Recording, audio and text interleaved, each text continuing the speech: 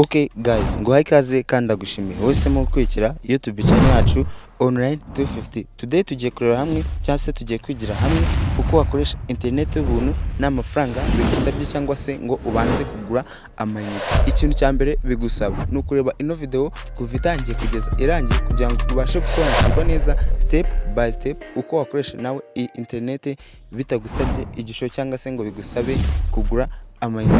Guys, mwibutsa niba aribwo bwa mbere ugeze kuri uno muyoboro wa online 250 ukande kuri subscribe, like ndetse no muri comment utubwire ikintu twagukorera kugira ngo video z'ubutazi zabashe kukugeraho neza kandi vuba. Guys, kadutangiye kugira ngo video itaza kuba ndende. Guys, nkuko mubyumvishe video itangiye, uyu munsi tugiye kureba uko wakoresha megabytes z'ubuntu nta yandi mafaranga wongeye guspendinga kuri megabyte. Guys, uraza kuri Play Store, ikintu bigusaba ni megabyte nkeya zo kudownloadinga application ngiye kukwereka. Uraza kuri Play Store nk'ibisanzwe, uraza muri search yawe usacingamo ino application bita MX5 Pro. Numara kwisacinga uraza kuyikorera install, numara kuyikorera install uraza guhita ukora open.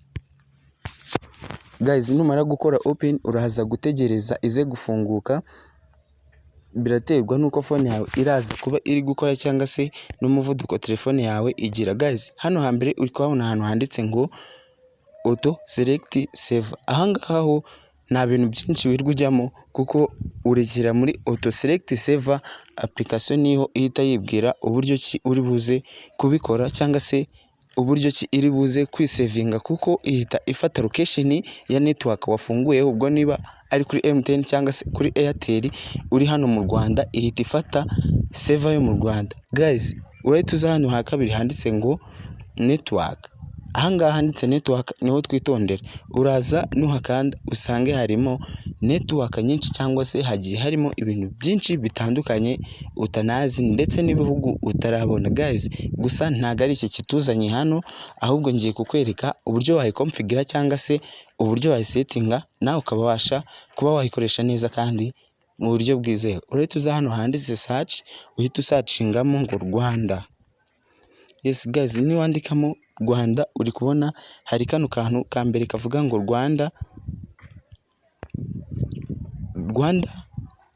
Airtel. Iyi ngiyi ntago uri buyikoreshe. Hano hari Rwanda Airtel Free, hano hari n'iya kabiri Rwanda Airtel Free ndetse n'iyi ngiyi yo kuri MTN. Guys, ikintu ngiye kukubwira hano, uraza kureba network uri gukoresha cyangwa se sim card uri gukoresha. Niba uri gukoresha Airtel uraza hano hambere, aha hambere handitse ngo Rwanda Airtel Free. Ahangaha ha kabiri, aha ha kabiri. Numara kuhaza ubwo abari gukoresha MTN baraza hano Rwanda MTN network. Yes guys, kubera ko mfitemo MTN ngiye kuza hano handitse ngo Rwanda MTN network. Nimara kuhakanda nta kindi ndi bukore uretse kuza hano ku tudomo dutatu, ndahita nza hano ku tudomo dutatu. Guys, nimara kuza hano ku tudomo dutatu ndahita mbona ahantu handitse ngo update. Ninkanda update hano hasi urihita ukubona ngo update. Hano hasi nuko utakabonye handitse ngo update not available. Nuko nari nakoze update mbere yuko mbanza gukora ino video, kuko ino application nabanje kuyikoresha. Then numara gukora bino urahita uza ukande start.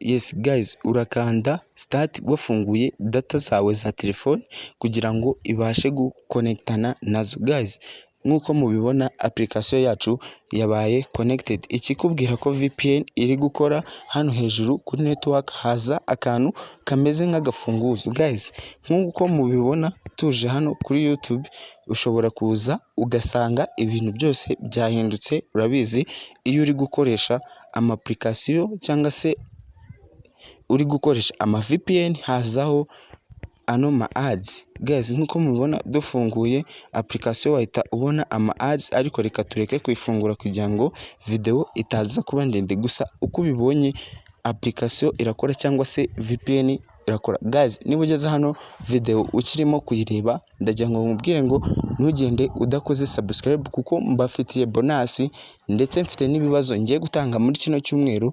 Ubitsinda nkazamuha amafaranga, azatanyandikira icyo gisubizo muri comment, then ashyiremo na nimero ye ubwo ngubwo rero guys ntuze kugenda udakoze subscribe kugira ngo uzabone iyo notification y'ibyo bibazo.